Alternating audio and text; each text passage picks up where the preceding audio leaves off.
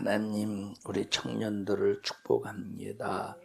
믿음의 주요 온전케 하시는 우리 주님만 바라보게 하옵소서. 이 시간 말씀 전하는 주의 종을 성령으로 사용하옵소서. 예수님 이름으로 기도합니다. 아멘.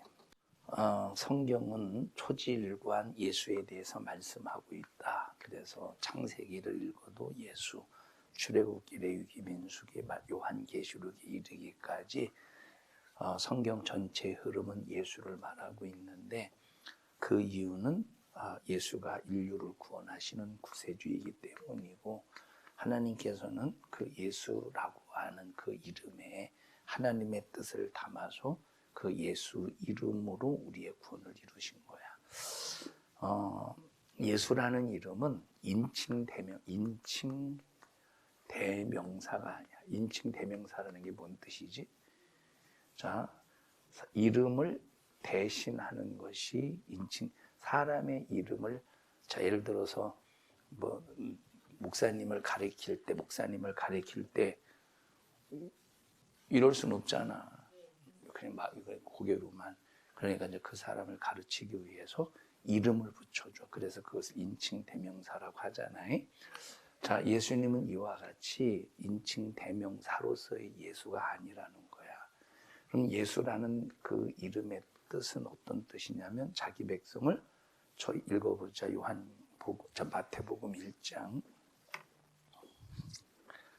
마태복음 1장 21절을 보자. 시작. 아들을 낳으리니 이름을 예수라 하라. 이는 자기 백성을 저희 죄에서 구원할 자심이라. 자, 예수라는 의미가 뭐래? 자기 백성을 저희 죄에서 구원할 자야. 이게 예수라는 이름의 의미고 뜻이다, 이 말. 예수라는 말은 자기 백성을 저희 죄에서 구원할 자라는 말이야. 다 이름의 뜻이 있잖아. 목사님에게도 이름의 뜻이 있는데, 높을 꽃자, 큰 대자, 모른 자. 근데 여기 이제 구약뿐만 아니라 신약 성경을 보면 그 이름들이 다 뜻이 있어. 엘리야, 엘리사, 이런, 엘리야는 하나님은 구원이시다라고 하는 뜻을 가지고 있어. 자, 이런 뜻을 가지고 있는데, 역시 예수라는 이름의 뜻이 있다는. 스데반도 이름의 뜻이 있지. 스데반이라는 말은 헬라어를 보면 스테파노스라는 뜻이 있는데, 원어는 스테파노스인데, 스테파노스는 면류관이라는 뜻이야. 자, 이렇게 이름의 뜻이 있듯이 예수님도 그냥 주묵구구식이 땅에 오신 것이 아니라 예수라는 이름을 가지고 오실 때 그 뜻을 담아서 가지고 오셨다. 그래서 예수라는 이름은 인칭 대명사가 아니라 스케줄이다, 이 말. 다시 말하면, 오늘날로 말하면 기업의 이름이야. 삼성이라고 하면, 예를 들어 삼성건설 그러면 우리가 저 회사는 건설을 이제 주업으로 하는 회사구나라는 걸 알 수 있잖아. 삼성전자 그러면 이 회사는 세탁기도 만들고 컴퓨터도 만들고 냉장고도 만드는 그런 회사구나라고 알 수 있듯이, 예수라고 하는 이름을 딱 들으면 인류를 구원하실 구원 하나님의 스케줄이구나, 계획이구나, 기업이구나라는 것을 우리가 알 수 있는 거야. 자, 그러면 그 예수라는 그 이름은 원래 하나님의 아들의 이름이 아니다라고 하는 것을 성경을 통해서 알 수가 있는데, 우리 요한복음 16장인가 한번 보자. 17장인가 한번 보자.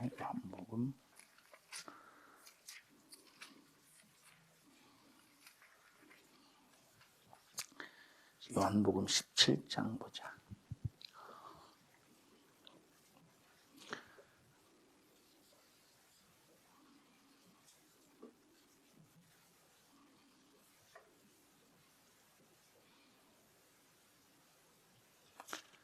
요한복음 17장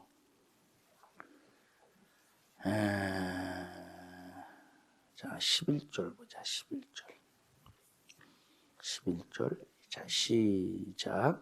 나는 세상에 더 있지 아니하오나 저희는 세상에 있사옵고 나는 아버지께로 가옵나니 거룩하신 아버지요 내게 주신 아버지의 이름으로 저희를 보존하사 이와 같이 저희도 하나 되게. 자, 아들이 지금 아들이 이제 하나님의 아들이 이제 요한복음 17장은 하나님의 아들이 기도하는 그 장면인데 뭐라고 기도하느냐면 하나님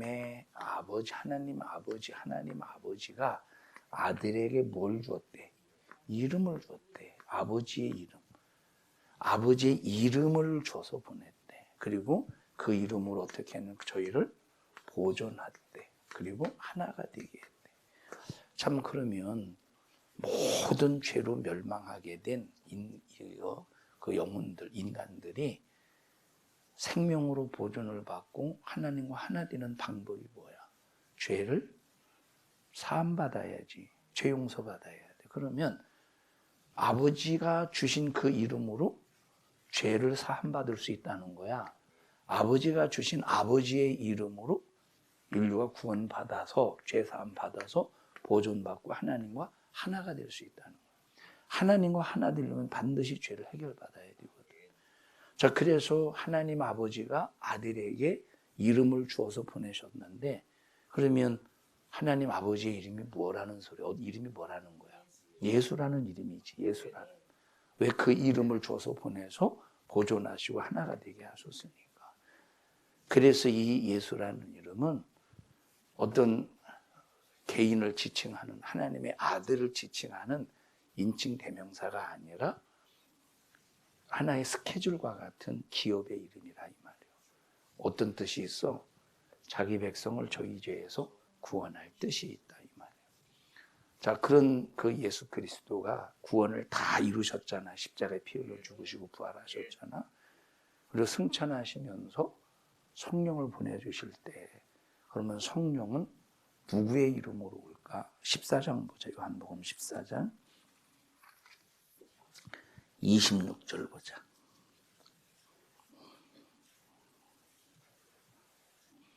14장 26절. 자, 시작. 보혜사 곧 아버지께서 내 이름으로 보내실 성령 그가 너희에게 모든 것을 가르치시고 내가 너희에게 말할 모든 것을 생각자. 보혜사, 여기서 말하는 보혜사는 성령을 의미해. 보혜사라는 말은 법정 용어인데 변호자라는 뜻이야. 변호하시는 분. 자, 그 보혜사 성령께서 자, 이 땅에 오실 때 하나님 아버지께서 이름을 줘서 보내셨대. 근데 어떤 이름을 줘서 보내셨대? 내 이름을 보내. 내 이름이라는 말은 예수님이 하신 말씀이기 때문에 예수님의 이름을 줘서 보내셨다 이 말이에요. 자, 그러면 봐봐. 하나님 아버지가 자기 이름을 아들에게 주시고 아들은 십자가에 다 피 흘려 죽으시고 부활 승천하신 후에 이제 하나님 아버지가 성령을 보내실 때는 아들의 이름으로 그 예수라는 이름으로 자기 백성을 저희 죄에서 구원할 것을 완성해 놓으셨으니까 이 구원이 우리에게 각 심령에게 이루어지게 해야 되잖아. 그 예수의 이름으로 자 구원이 이루어지게 해야 되니까 성령 오실 때 뭘 가지고 오셔야 돼? 예수 이름을 가지고 오셔야 예수 이름을 가지고 오셔야 성령께서 예수를 믿게 하면 그 예수로 구원이 이루어져. 예수 이름으로 구원이 이루어지는 거야. 그래서 하나님 아버지가 성령을 보내주실 때 내 이름, 예수 이름을 보내주셔 이 땅에 오시는 거야. 그러니까 자, 가장 먼저 예수라는 이름이 누구의 이름이었어? 성부 하나님의 이름이었어. 근데 두 번째 성부 하나님의 이름인 예수 이름을 누구에게 주셨어? 성자 아들에게 주신 거야. 성자 아들이 자 성부 하나님이 계획하신 그 예수라는 스케줄대로 십자가에 피 흘려 죽으시고 부활하셨어. 승천하신 후에 성부 하나님의 성령을 보내실 때 성령 하나님에게 뭘 줘서 보내셨지? 예수라는 이름을 주어서 보내신 거야. 그래서 성부, 성자, 성령 하나님은 이 땅에서 어떤 예수라는 이름으로 인류 구원의 일을 이루시고 완성하시고 성취하신다 이 말. 자, 그래서 모든 이 성경의 그 기초는 예수로 그 흐름이 쭉 이루어지고 있는데 성경은 누굴 말하고 있다? 예수를 말하고 있다. 그러니까 그 예수라는 이름은 하나님의 아들의 이름만이 아니라 어떤 이름이다? 성부 하나님의 이름이요, 성자 예수님에게 주셨으니 성자 예수님의 이름이요, 그 이름을 성령에 주셨으니 성령의 이름이 예수라 이 말이요. 자, 다시 말하면 그 예수라는 이름은 개인을 지칭하는 인칭 대명사가 아니라 하나님의 스케줄을 의미한다 이 말이에요. 그 스케줄은 뭐야? 오직 구원에 있는 거예요. 하나님의 관심은 그래서 오직 어디에 있느냐면 하나님의 관심은 구원에 있는 거예요. 자, 우리 9페이지 한번 보자. 왜 예수를 믿어야 되는가? 제2과 큰 제목부터. 자, 시작. 제2과 왜 예수를 믿어야 합니까? 1번, 하나님께서는 인간을 사랑하시어 그의 아들 예수 그리스도를 보내셨습니다. 양가로 1번, 인간 구원을 위한 하나님의 섭리가 있었습니다. 하나님께서는 그 섭리를 택한 백성 민족. 자, 지난 시간에 이스라엘 백성들에 대해서 얘기했죠. 이스라엘 지난 시간에 얘기했었지. 지난 시간에 하나님의 백성에 대해서 아브라함을 선택하시고 아브라함을 통해서 자, 아브라함이 이삭을 낳고 이삭이 야곱을 낳고 야곱을 통해서 이스라엘 민족을 조성하셨다고 그랬잖아. 그러면 이스라엘 민족을 조성하신 이유는 이 땅에 누구를 출산시키기 위하여? 아들 예수 그리스도를 이 땅에 출산시키기 위해서. 자, 그래서 요한계시록 12장을 보면 한번 읽어보자. 요한계시록 12장 1절 한번 보자.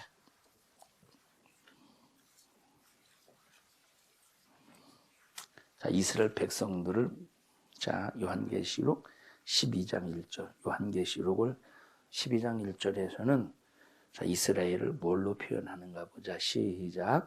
하늘에 큰 이적이 보이니 해를 입은 한 여자가 있는데, 자, 누가 있대? 해를 입은 한 여자. 여기서 말하는 이 해라고 하는 것은 해로움을 입었다는 소리가 아니라 광명체를 의미하는 거야. 해를 입은 한 여자가 있대. 근데 보자. 그 다음에 그 발 아래는 달이 있고 그 머리에는 별두 별의 면류관이 있대. 자, 그러면 이 여자를 보니까 발 아래에는 달이 있고 머리에는 12면류관이 있대. 그러니까 이 여자는 누구인가를 상징적으로 이제 비유적으로 은유적으로 설명하고 있잖아. 그 여자가 있는데 해를 입은 한 여자, 해와 달과 별이 다 나왔네, 그지? 해를 입은 한 여자가 있대. 다시 말하면 해라고 하는 것은 해를 받았다. 이렇게 좀 해로움을 받았다는 소리가 아니라 태양을 말하는 거야. 해를 입은 한 여자가 있대. 무엇인가? 빛이 있다 이 말이에요. 근데 발에는 달이 있고 머리에는 12별의 면류관이 있대. 자, 그러면 우리가 이제 이 별이나 이 달이나 해를 통해서 이 여자가 누구인가에 대해서 구약 성경을 통해서 이해를 해야 되잖아. 그러면 성경에서 구약 성경에서 이 별은 뭘 의미하느냐면 창세기 12장에 보면 찾지 말어. 창세기 12장에 보면 하나님께서 아브라함을 부르실 때 뭐라고 말씀하시느냐면 야, 너 본토 친척 아비 집을 떠나. 네가 내 말을 따라서 순종하고 내 명령을 지키면 네 후손을 하늘의 별과 같이라고 말해. 그래서 이 별이라고 하는 것은 자손, 후손을 의미하는. 성경에서 이 별의 의미는 자손, 후손을 의미하는 거예요. 그러니까 여기 여자라고 하는 것은 자, 해가 비춰졌어, 별이 있어. 자, 그 발에는 달이 있대라고 할 때 구약 성경의 용례를 통해서 알 수 있는 것은 이 여자는 누구를 의미하느냐면 이스라엘을 의미하는 거예요. 이스라엘 백성을. 자, 그러면 이 여자가 이스라엘 백성, 이 이스라엘 백성을 여자로 상징적인 표현으로 여기서 설명해서, 자, 그 다음 12장, 요한계시록 12장 다시 가서, 자, 2절을 보자. 시작. 이 여자가 아이를 베어 해산하게 되매 아파서 애써 부르짖더라. 여자가 해산하게 되었대. 그럼 해산했으면 누구를 낳아야 돼? 아이를 낳아야지. 그래서 아이를 베어 해산하게 되면 애써서 부르짖더래. 3절 시작. 하늘에 또 다른 이적이 보이니 보라 한 큰 붉은 용이 있어 머리가 7이요 뿔이 10이라. 그 여러 머리에 7 면류관이 있는데 그 꼬리가 하늘별 3분의 1을 끌어다가 땅에 던지더라. 용이 해산하려는 여자 앞에서 그가 해산하면 그 아이를 삼키고자, 여자가 뭘 하려고 한대? 해산하려고 하는데 여기 머리가 7이요 뿔이 10인 그 붉은 용이 있는데 그 붉은 용을 보니까 어떻게 생겼대? 생김새가 머리가 7이고 뿔이 10이래. 여기서 붉은 용은 누구를 말하냐? 여기 12장 9절에 보면 큰 용이 내어 쫓기니 옛뱀 곧 마귀. 그럼 큰 용이 누구요?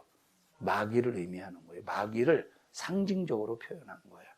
큰 용이 내어 쫓겨서, 자, 여기 하늘에 또 다른 이적이 보이는데 큰 한 붉은 용이, 자, 그 꼬리가 하늘별 3분의 1을 끌어다가 땅에 던져버렸대. 용이 해산하려는 여자 앞에서 그가 해산하면 그 아이를 삼키고자 하더라. 지금 이 여자가 뭘 하려고 한다는 거예요? 아이를 해산하려고, 낳으려고 한다. 아까 이 여자는 누구를 의미한다고 그랬어? 이스라엘 백성을 의미한다고 했어요. 그러면 보자. 그 다음에 5절 시작. 여자가 아들을 낳았대. 여자가 아들을 낳았네? 마귀가 방해했어도 여자가 아이를 낳았대. 근데 그 뒤에 보니까 뭐라고 나와 있어? 이는 누구래? 장차 철장으로 만국을 다스릴. 자, 철장으로 만국을 다스릴 남자는 성경에서 누구로 표현하고 있는 예수 그리스도를 철장으로 만국을 다스리시는 이제 그 분으로 표현하는 거예요. 그러면 이스라엘 백성을 통해서 누가 출산된다는 거야? 얘들 아들 예수 그리스도가 그러니까 좀 요한계시록 12장 1절부터 5절에 있는 말씀은 구약 성경 창세기에서부터 복음서까지 딱 압축해서 5절로 설명한 거야. 그럼 요한계시록 12장 1절부터 5절은 뭐가 들어있는 거야? 창세기, 자, 구약 성경하고 복음서가 들어있다 이 말이요. 그 복음서를 딱 5절로 압축해서 설명해 놓은 거야. 자, 그러니까 결국은 우리가 구약 이 요한계시록 12장의 말씀을 근거로 해서 보면, 자, 구약 성경의 이스라엘 백성들은 누구를 출산시키기 위해서 하나님이 쓰신 나라야. 누구를 출산시키기 위해서 하나님이 쓰신 나라 백성이지? 예수를 출산시키기 위해서. 그래서 여기 9페이지에 하나님께서는 그 섭리를 택한 백성, 민족, 다시 말하면 이스라엘을 사용하셨다 이 말이에요. 근데 여기 보니까 붉은 용이 머리가 7인데, 자, 하늘별 3분의 1을 끌어다가 땅에 던져버렸대. 자, 아까, 자, 만약에 이 별이 다른 곳에서 사용되었다면, 이 별이 다른 곳에서 사용되었다면, 뭐 다른 뜻이겠지만, 한 문장, 한 줄거리 안에서 사용되잖아. 한 줄거리에서 사용된다고 할 때는 앞에 별과 같은 개념으로 이해할 수도 있겠지. 자, 그러면 이 용이 구약 성경에서, 자, 아까 여기 별은 뭘 의미한다고 그랬어? 이스라엘 자손 백성을 의미한다고 그랬지. 그러니까 악한 영이 어떤 짓을 하느냐면 이스라엘을 통해서, 첫째, 이스라엘을 통해서 예수 그리스도가 출산되지 못하도록 누구를 공격한 거야? 이스라엘 백성들을 공격해서. 그래서 아수르가 북이스라엘을 쳐부셔서 완전히 이 북이스라엘이 멸망을 당했잖아. 하늘의 별을 그 꼬리로 떨어뜨린 거야. 자, 그렇게 이스라엘이라고 하는 나라를 이 용이라는 마귀가 완전히 없애려고 했지만, 자, 그래서, 자, 바벨론, 느부갓네살이라는 그 왕, 그 바벨론의 왕이, 이제 무너뜨렸어. 저기를, 유단나. 자, 북이스라엘은 BC 722년에 아수르에게서 완전히 멸망을 당했고, 이제 마귀가 유다까지 완전히 멸망을 시켜야 누가 못 와? 이 여자를 통해서 이 아이가 출산하지 못한다 이 말이요. 어? 그래서 북이스라엘을 없앴어. 그리고 유다를 없애려고 유다에게 죄를 짓게 만들어서 하나님을 섬기지 못하게 만드는. 그래서 이 죄값으로 바벨론으로 포로로 끌려가게 했어. 그걸 하나님이 지켜주셨어. 바사가 바벨론을 무너뜨리고 바사가 유다를 다스려. 그리스가 바사를 무너뜨리고 그리스가 유다를 다스려. 로마가 그리스를 무너뜨리고 로마가 유다를 다스려. 자, 계속 식민지 생활을 몇 년 동안 하느냐? 약 한 400~500년 동안 바벨론부터 예수님이 이 땅에 오실 때까지 로마 제국까지 합쳐서 400~500년 동안 계속 식민지 생활하는 한 500년 이상을. 그게 한 586년이겠지. 정확하게 따지면. 요 BC 586년에 멸망을 당했으니까. 586년 동안 계속 식민지 생활을 해. 그 이유가 뭐야? 마귀가 뭘 하려고? 아이를 출산하지 못하게 만들려고. 예수님이 이 땅에 오지 못하게 만들려고. 그렇게 방해했다는 것을 요한계시록 12장 1절부터 5절에 말씀하고 있다 이 말이야. 그래서 출산했잖아.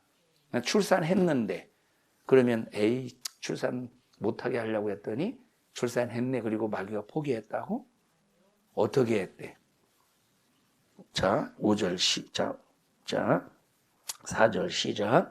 그 꼬리가 하늘별 3분의 1을 끌어다가 땅에 던지더라.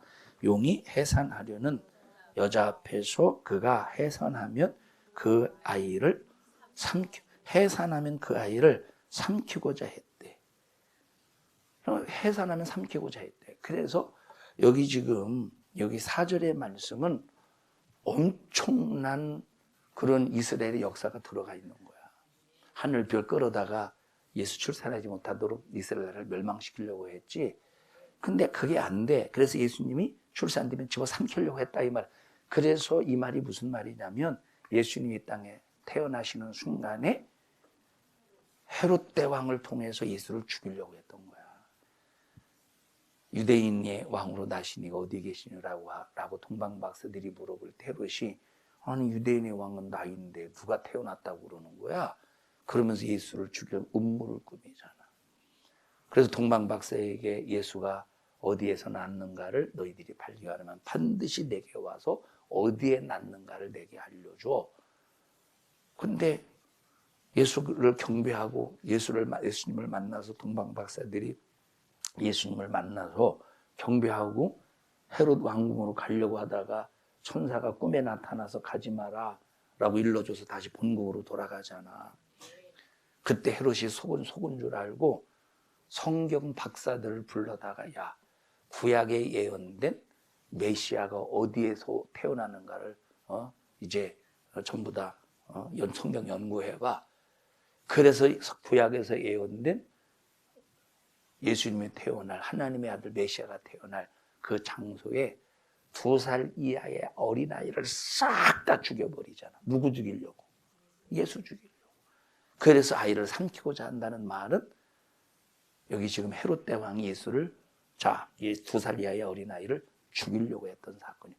그럼에도 불구하고 하나님은 아들을 통해서 이 땅에 예수라는 이름의 스케줄, 자기 백성을 저희 죄에서 구원할 그 이름을 완성하시기 위하여 그 아들 예수 그리스도를 이 땅에 출산시켜 놓은 거야.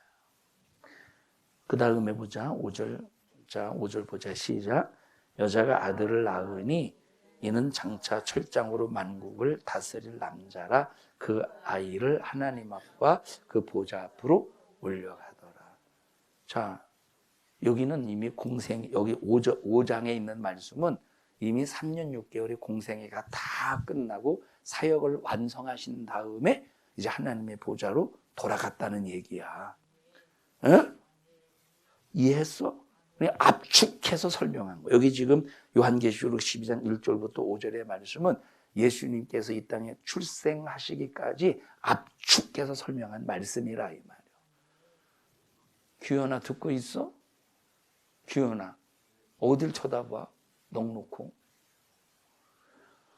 자, 그 다음에 6절을 보자. 시작. 그 여자가 광야로 도망하며 거기서 1260일 동안 저를 양육하기 위하여.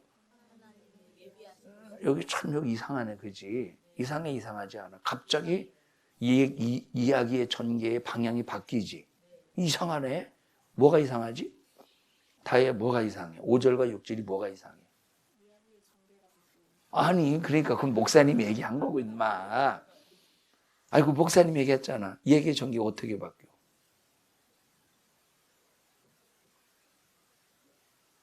이상하지 않아? 5절과 6절을 보면? 문유야 어떻게 바뀌어 이야기의 전개가? 응? 야 수면아 어떻게 바뀌어 이야기 전개가? 응? 도망갔어?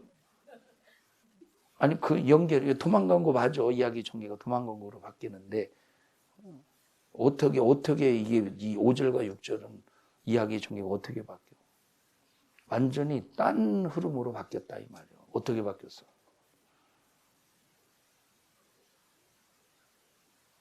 응? 선주야 어떻게 바뀌었어? 응?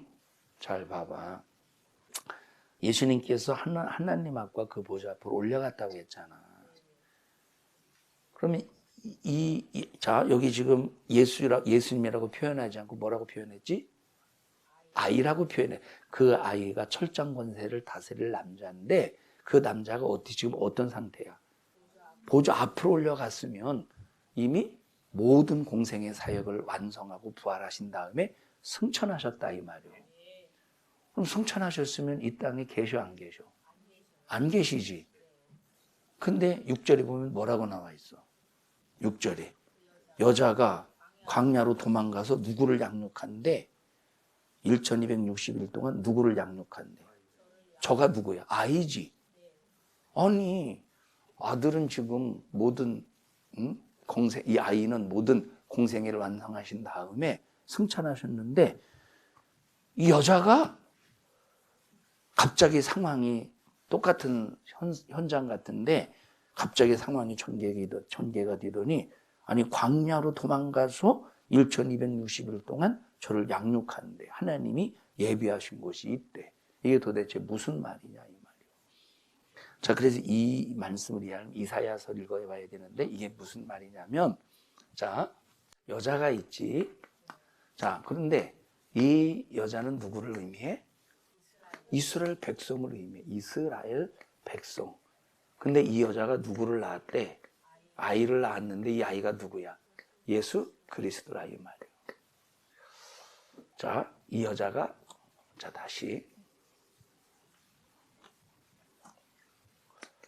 자 여기 지금 여자가 있는데 여자는 누구야? 이스라엘 백성. 여자가 아이를 낳았는데 자 아이가 철장 권세를 다스린 자 남자라고 할 때는 예수를 의미하는데 지금 공생에 맞춰 하늘 올라갔지. 그래서 6절에 보니까 누가 나와? 여자가 나와. 그래도 누가 나와?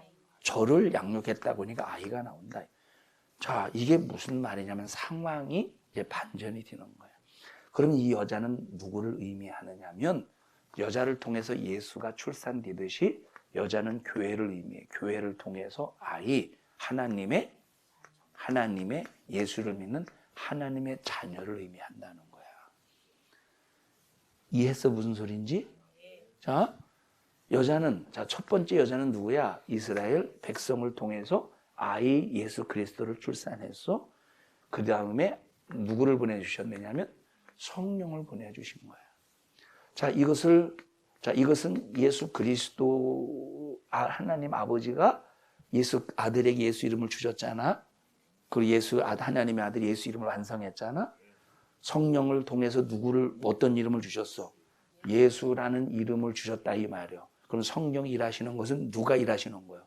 예수의 이름이 일하시는 거예요. 예수의 권세가 일하시는 거예요. 그럼 예수의 권세가 다시 말하면 그 성령께서 이 땅에 세우신 것이 바로 뭐냐면 교회를 세우신 거야. 그래서 여기 6절에서는 그 교회를 뭘로 표현한 거야? 여자. 여기 앞절에서는 이스라엘을 뭘로 표현한 거야? 여자로 표현한 거야. 그리고 교회를 통해서 출산된 그 하나님의 자녀들을 뭘로 표현했어? 아이로 표현했다 이 말이에요. 자, 그러면서 이제 상황이 어떻게 전개가 되느냐면 7절 보자. 시작. 하늘에 전쟁이 있으니 미가엘과 그의 사자들이 용으로 더불어 싸울세 용과 그의 사자들도 싸우나 이기지 못하여 다시 하늘에서 저희에 있을 것을 얻지 못한지라. 큰 용이 내어 쫓겼대.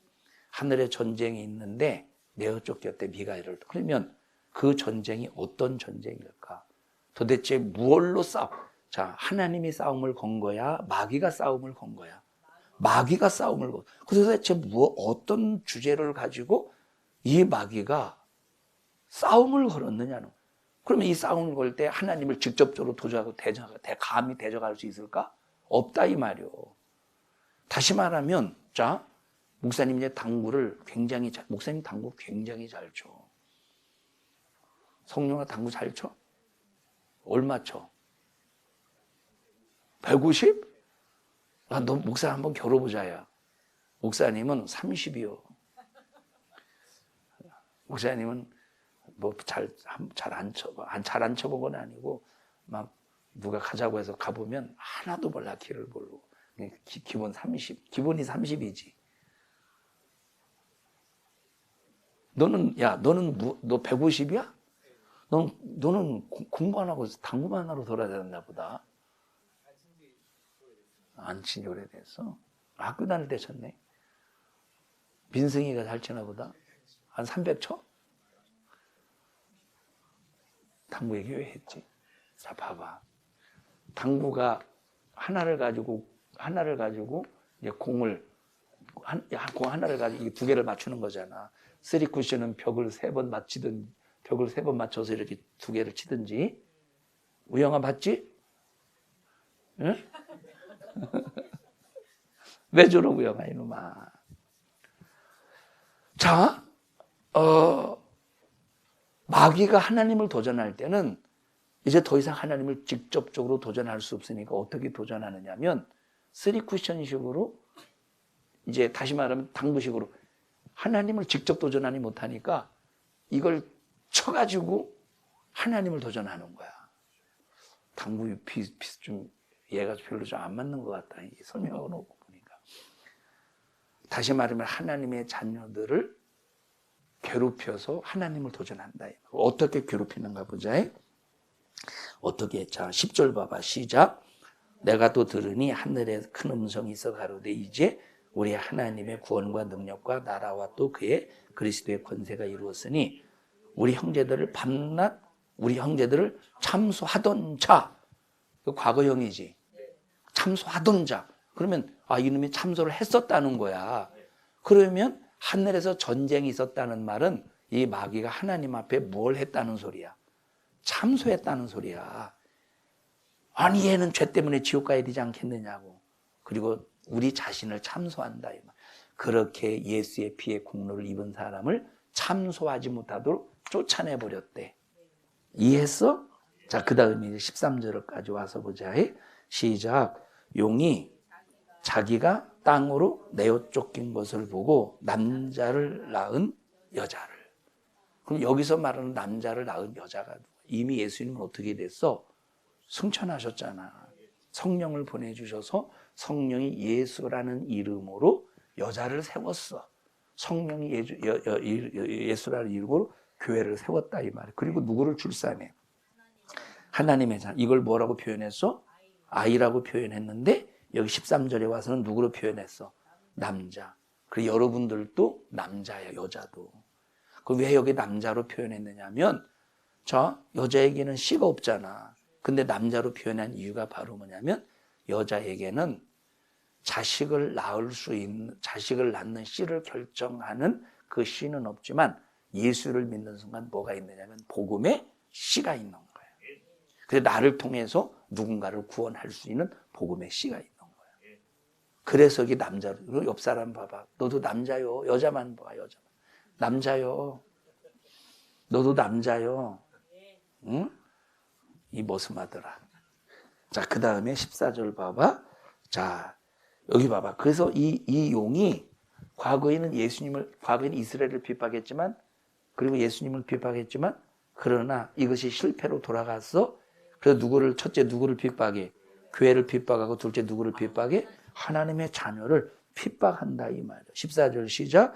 그 여자가 큰 독수리의 두 날개를 받아 광야 자기 곳으로 날아가 거기서 큰 뱀의 낯을 피하여 한때와 두때와 반때를 양육하며. 독수리가 뭘 받았대? 두 날개로.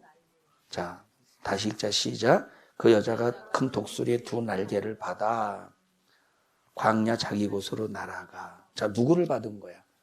남자를 받은 거야. 이 말이 무슨 말이냐면 봐봐.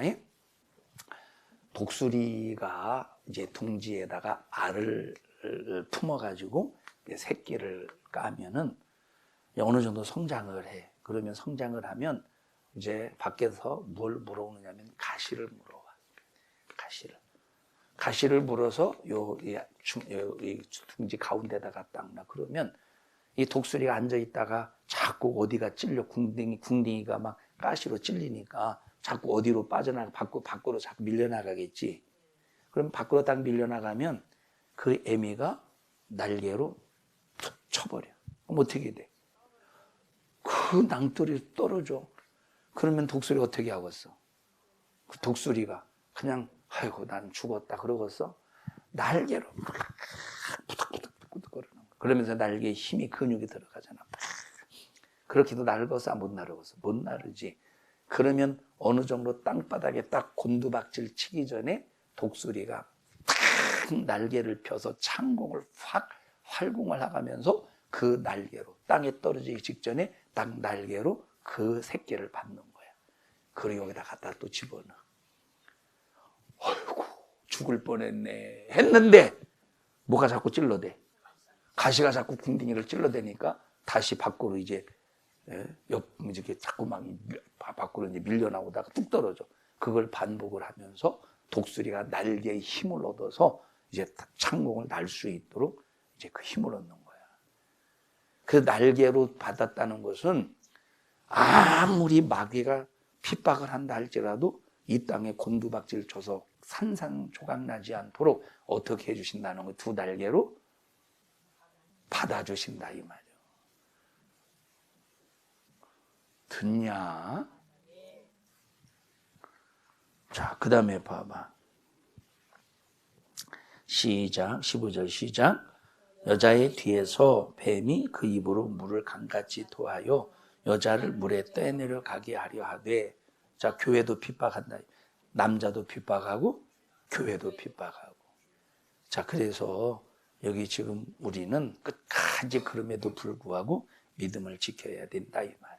그래서 우리가 여기 하나님께서 이스라엘 백성들, 이스라엘 민족을 통해서 예수님이 땅에 오게 하셨다 이 말이요.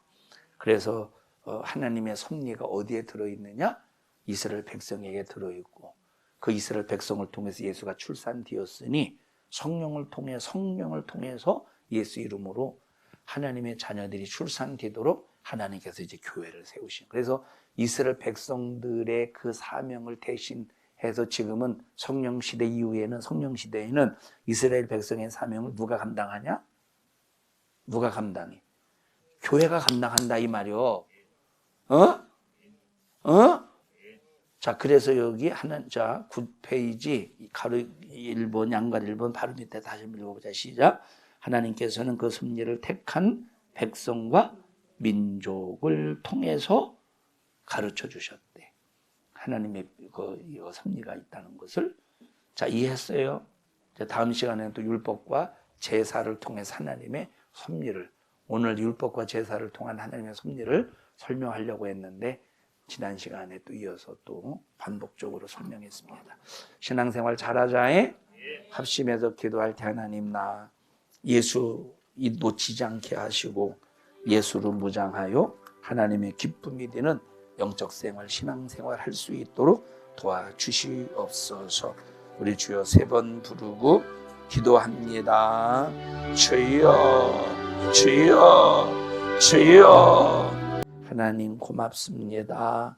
우리 청년들이 예수 중심으로 신앙생활 잘하다 천국 가게 하옵소서. 지금 주의 만찬합니다. 평생 예수로 살겠노라는 고백 속에서 주의 만찬에 참여하게 하옵소서. 예수님 이름으로 기도합니다. 아멘. 박수로 영광 올려드립니다.